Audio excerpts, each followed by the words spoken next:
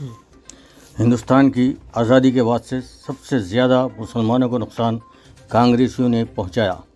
Parliament میں 3/4 یعنی 3/4 اکثریت حاصل ہونے کے باوجود مسلمانوں کو ریزرویشن دینے کا قانون منظور نہیں کیا گیا اور نہ ہی بابری مسجد مسئلے کو حل کیا گیا۔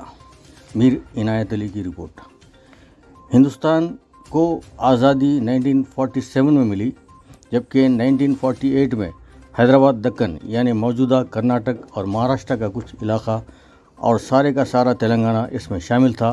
اس پر مرکزی حکومت نے پولیس ایکشن کرتے ہوئے ہندوستان میں ضم کر لیا۔ 1948 میں مرکز میں اور اتر پردیش میں کانگریسی حکومت ہی تھی، تب بابری مسجد میں چوری چھپے رات کے وقت مورتیوں کو بٹھا دیا گیا۔ تب بی جے پی کا کوئی وجود ہی نہیں تھا اور مرکز میں جواہر لال نہرو کی کانگریسی حکومت اور اتر پردیش میں بھی کانگریسی حکومت تھی۔ اگر یہ دونوں ذرا سا بھی انصاف پسندی کا مظاہرہ کرتے تو مورتیوں کو وہاں سے نکالا جا سکتا تھا، لیکن دونوں حکومتوں نے خاموشی اختیار کر لی تھی۔ دراصل یہ طویل المیعاد لانگ ٹرم پالیسی ہندوتوا پر عمل پیرا تھے، چنانچہ انہوں نے بعد ازاں شارٹ ٹرم پالیسی ہندوتوا کی حامی بی جے پی کے لیے راستہ ہموار کر دیا اور انہیں کانگریسی وزیر اعظم نرسمہا راؤ کے دور میں بابری مسجد کو شہید کرنے کا مکمل موقع فراہم کیا گیا۔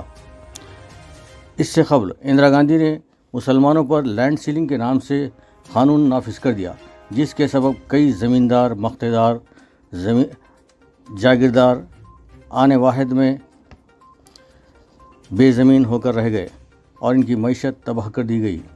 حیدرآباد دکن میں چند افراد کو معاہدات کے تحت جو خصوصی موقف دیا گیا تھا، جن میں مہاراجا کرشن پرساد، آسمان جا پائے گا، وقار العمرہ پائے گا، خورشید جا پائے گا وغیرہ کی اراضیات کو لینڈ سیلنگ سے استثناء دیا گیا تھا، اور 1984 میں انہیں حکومت آندھرا پردیش نے منتخب بھی جاری کیے تھے اور ان کی زمینات کو ان لوگوں کی ملکیت تسلیم کیا گیا تھا، لیکن یہ سب خانہ پوری کی حد تک ہی رہا۔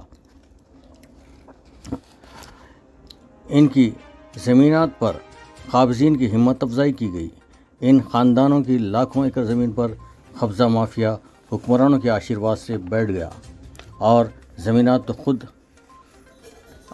کئی زمینات تو خود حکمرانوں کے قبضے میں چلی گئیں۔ یہی نہیں بلکہ اوقافی اراضی بھی 75% کی حد تک غیر مجاز قبضوں میں کانگریسیوں کے دور حکومت ہی میں چلی گئیں اور 20 تا 25% پر تلگو دیشم نے قبضہ کر لیا۔ ویسے وقف بورڈ کہتا ہے کہ 77,000 ایکڑ وقف اراضیات میں سے 57,000 ایکڑ اراضیات پر قبضے ہو چکے ہیں۔ تو اب سوال یہ ہے کہ مابقی 20,000 ایکڑ زمین کہاں ہے؟ یعنی کانگریسیوں نے مسلمانوں کی نہ صرف زمینیں چھین لی بلکہ وقف زمینوں پر بھی قبضہ مافیا کی ہمت افزائی کی۔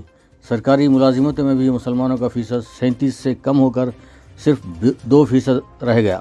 آج جو کانگریس کے رہنما مسلمانوں کے لیے 12% ریزرویشن کیوں نہ دیا کا سوال اٹھا رہے ہیں، مسلمان ان سے پوچھتے ہیں کہ مرکز میں جب کانگریس پارٹی کو 3/4 اکثریت حاصل تھی، تب انہوں نے ریزرویشن کا قانون کیوں منظور نہیں کیا اور ہندوستان بھر میں اسے لاگو کیوں نہیں کیا گیا؟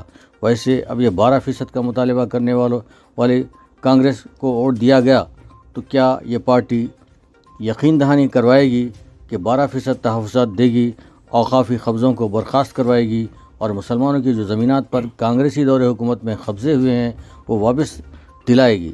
اگر ان سب مجرمانہ غلطیوں کا ازالہ کرنے کا اعلان اور معاہدہ کرتی ہو تو پھر مسلمان کانگریس کو ووٹ دیں گے، ورنہ وہ مزید دھوکہ کھانے تیار نہیں ہیں۔